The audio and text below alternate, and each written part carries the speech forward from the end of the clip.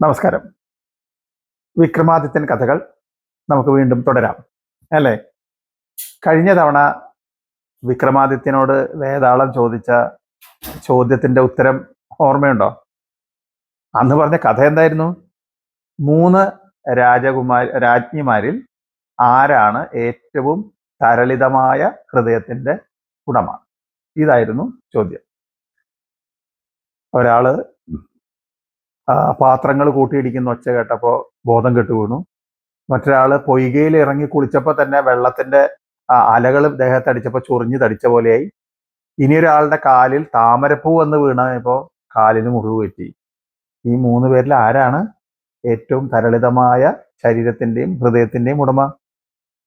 സംശയമില്ല, മൂന്നാമത്തെ രാജ്ഞി. അതായത് ആ പാത്രങ്ങൾ കൂട്ടിമുട്ടുന്ന, മറ്റെവിടെയോ പാത്രങ്ങൾ കൂട്ടിമുട്ടുന്ന ഒച്ച കേട്ടപ്പോൾ തന്നെ തളർന്ന് ബോധം കെട്ട് വീണ രാജ്ഞിയാണ് ഏറ്റവും മൃദുലമായ മനസ്സിന്റെ അല്ലെങ്കിൽ ചിത്തത്തിന്റെ ഉടമ എന്നാണ് വിക്രമാദിത്യന്റെ ഉത്തരം.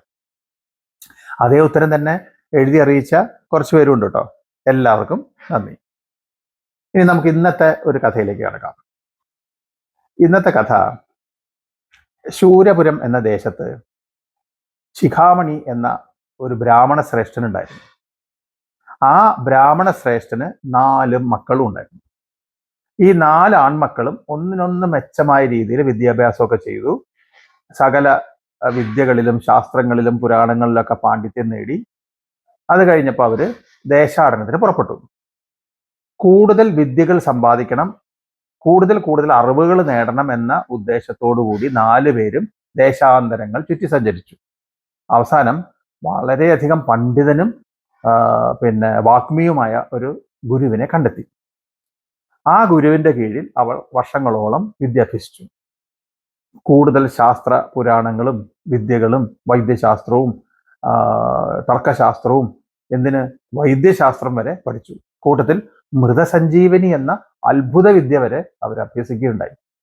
അങ്ങനെ 4 പേരും വിദ്യാസമ്പന്ന പ്രവീണന്മാരായി തിരികെ സ്വന്തം നാട്ടിലേക്ക് പുറപ്പെട്ടു. അവർക്ക് കടന്നു വരേണ്ടത് ഒരു ഘോര വനാന്തരത്തിലൂടെയായിരുന്നു. നടന്നുകൊണ്ടിരിക്കുമ്പോൾ അവരുടെ വഴിത്താരയില് ഒരു പുലിയുടെ എല്ലുകൾ കിടക്കണം കണ്ടു. പുലി പണ്ടെങ്ങോ മരിച്ചുപോയതാണ്, ചത്തുപോയതാണ്. അതിന്റെ എല്ലുകൾ, മാംസമൊക്കെ ദ്രവിച്ചു പോയിട്ട് എല്ലുകൾ മാത്രം കിടക്കണം കണ്ടു.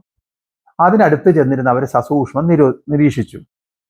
4 പേർക്കും ഒരാശയം തോന്നി. നമ്മൾ പഠിച്ച വിദ്യകളൊക്കെ ശരിയായിട്ട് പരിപാലിക്കാൻ കഴിയുന്നുണ്ടോ എന്ന് നമുക്കൊന്ന് പരീക്ഷിച്ചാലോ? ഒട്ടും താമസിച്ചില്ല. ഒന്നാമൻ ആ എല്ലുകളൊക്കെ ചേർത്ത് വെച്ച് അതിന് മജ്ജയും മാംസവും ഉണ്ടാക്കി. രണ്ടാമൻ അതിൽ ഞരമ്പുകളും മറ്റ് നാഡീവ്യൂഹങ്ങളും ഒക്കെ ഉണ്ടാക്കി കൊടുത്തു. മൂന്നാമൻ അതിന് അഴകും അതുപോലെ അതിന് തൊലിയും എല്ലാ ഭാഗങ്ങളും എല്ലാം സൃഷ്ടിച്ചു. നാലാമൻ അതിൻ്റെ വായിലൂടെ ഊതിക്കൊണ്ട് മൃതസഞ്ജീവനി മന്ത്രം ജപിച്ചു. അത്ഭുതം എന്ന് പറയട്ടെ, അല്പനിമിഷത്തിനുള്ളിൽ ആ പുലി ജീവനോടുകൂടി സടകുടഞ്ഞ് എഴുന്നേറ്റു. എഴുന്നേറ്റത് മാത്രമല്ല, അത് കുറെ കാലമായിട്ട് ചത്തു കിടക്കുകയാണല്ലോ, വിശപ്പ് സഹിക്കണ്ടായിരുന്നില്ല. ഉടനെ ഗർജിച്ചുകൊണ്ട് ഈ 4 പേരുടെ നേരെയും ചാടി വീഴാൻ ആരംഭിച്ചു. പക്ഷെ 4 സഹോദരന്മാരും പരിഭ്രമിച്ചൊന്നുമില്ല. അവരുടെ കയ്യിൽ ആയുധങ്ങൾ ഉണ്ടായിരുന്നു. ആ ആയുധങ്ങൾ ഉപയോഗിച്ച് അവർ പുലിയെ തുരത്തി ഓടിച്ചു. അങ്ങനെ പുലിയിൽ നിന്ന് അവർ 4 പേരും രക്ഷപ്പെട്ടു. തിരിച്ച് അവരുടെ ദേശത്തേക്ക് യാത്രയായി.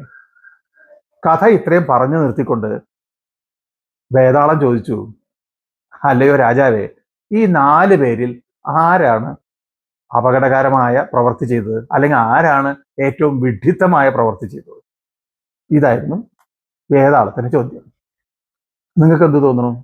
ഈ 4 പേരിൽ ആരാണ് ഏറ്റവും വിഡ്ഢിത്തം കലർന്ന പ്രവൃത്തി ചെയ്തത്, അപകടകരമായ പ്രവൃത്തി ചെയ്തത്? ഒന്ന് ആലോചിച്ച് നോക്കിയിട്ട് ഉത്തരം പറയാമോ? ഇന്നത്തെ കഥ ഇവിടെ നിൽക്കട്ടെ. നമസ്കാരം.